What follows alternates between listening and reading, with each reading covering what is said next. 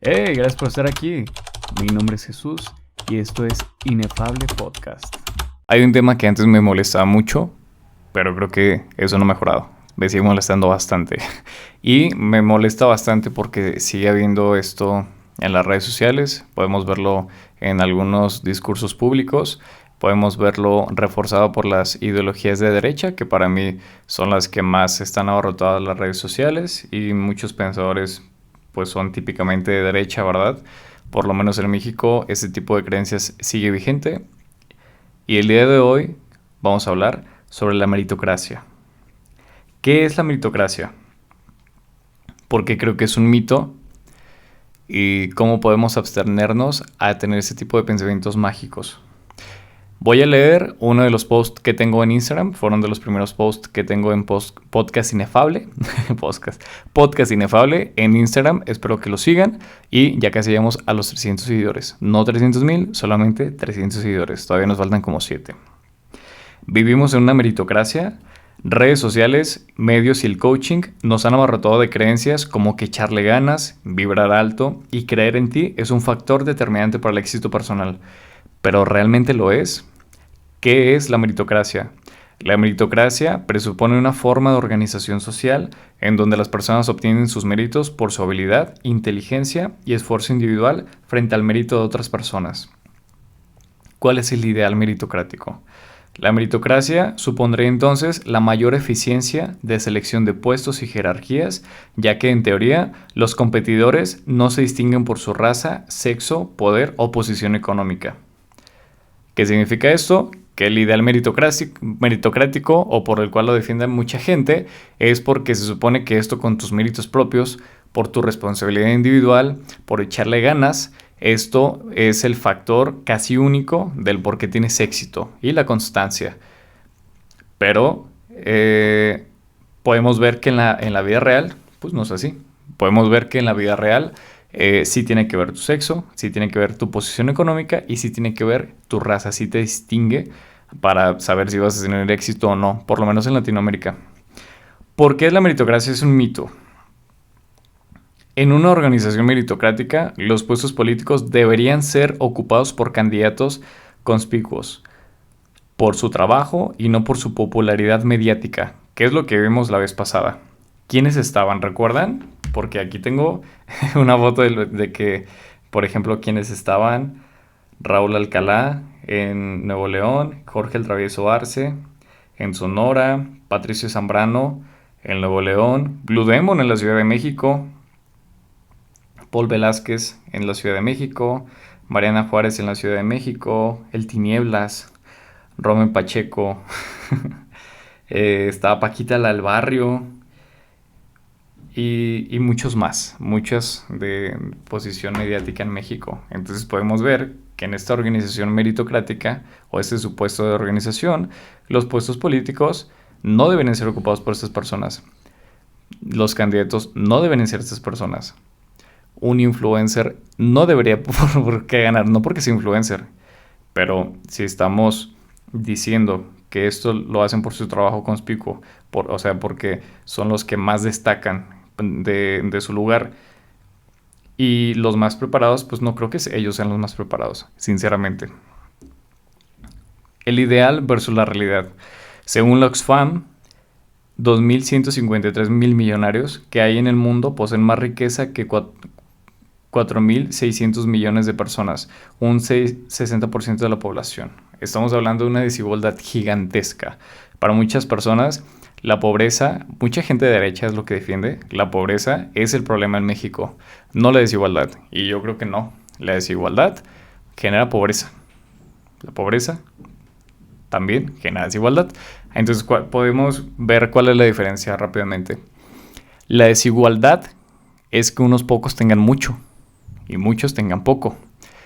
Pero podemos ver que esos que son pobres realmente lo son porque hay una acumulación de capital en muy pocas manos, como aquí. 2.153 personas poseen más riqueza que 4.600 millones de personas. Es decir, solamente 2.153 personas poseen más riqueza que el 60% de la población mundial. También los gastos y las emisiones de gases que dañan al medio ambiente pues son por parte del 0.3 de la población. La Oxfam en 2020 son las cifras antes de pandemia, esto que estoy diciendo. Imagínense cómo está la desigualdad post pandemia, si podemos hablar de una post pandemia, ¿verdad? ¿Cuál es la realidad que vivimos en el país y que vivimos en el mundo?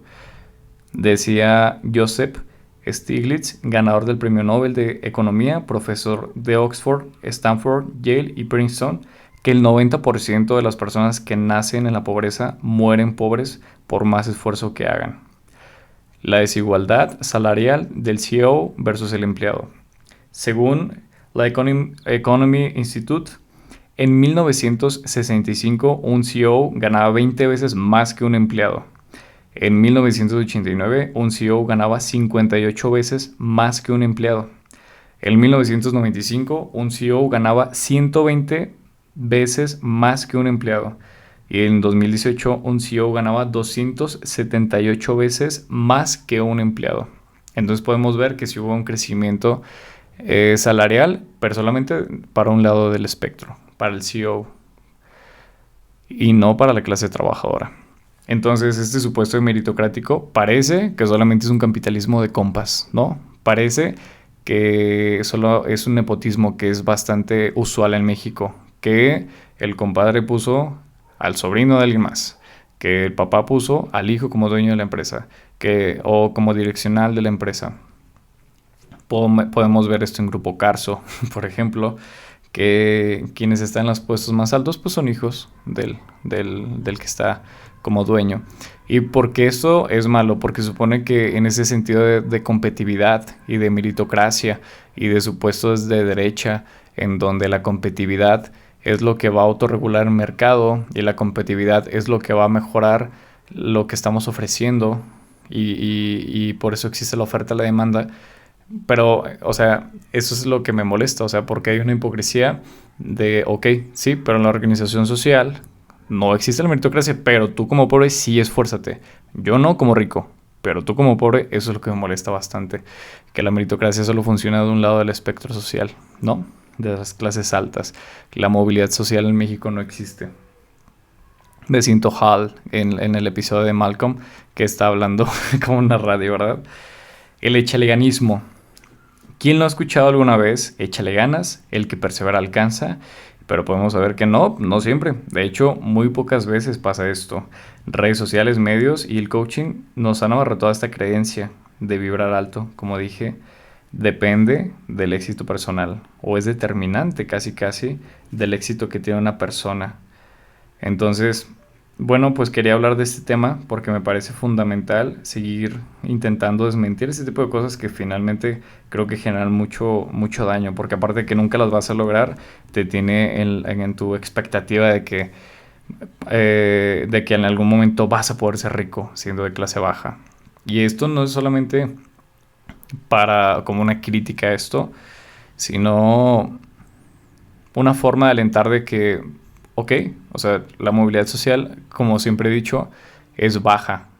Probablemente no salgamos a una clase alta, pero igual le tenemos que seguir trabajando, ¿no? Vamos a echarle ganas, pero no vamos a echarle ganas esperando algún día ser los multimillonarios y, ¿no? Vibrar alto. Vamos a echarle ganas porque si no morimos, para la gente que trabajamos para sobrevivir, ¿verdad? Pero siempre con la conciencia de que esto no va a generar que en algún momento te conviertas en una persona rica, millonaria.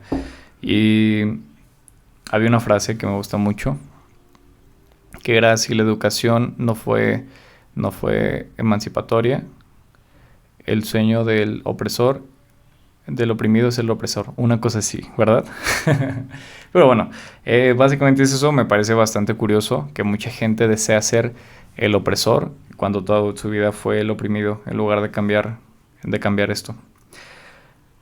Creo que podemos concluir que para ser rico hay que nacer rico. Con todo lo anterior dicho, ¿cuánto crees que depende realmente de ti tu éxito personal? ¿Crees que vivamos en un sistema meritocrático como mucha gente dice? ¿Promover un discurso utópico y optimista perpetúa un problema sistemático, culpa a la víctima y defiende al opresor. Porque, ¿qué le interesa a los conservadores? Conservar sus privilegios.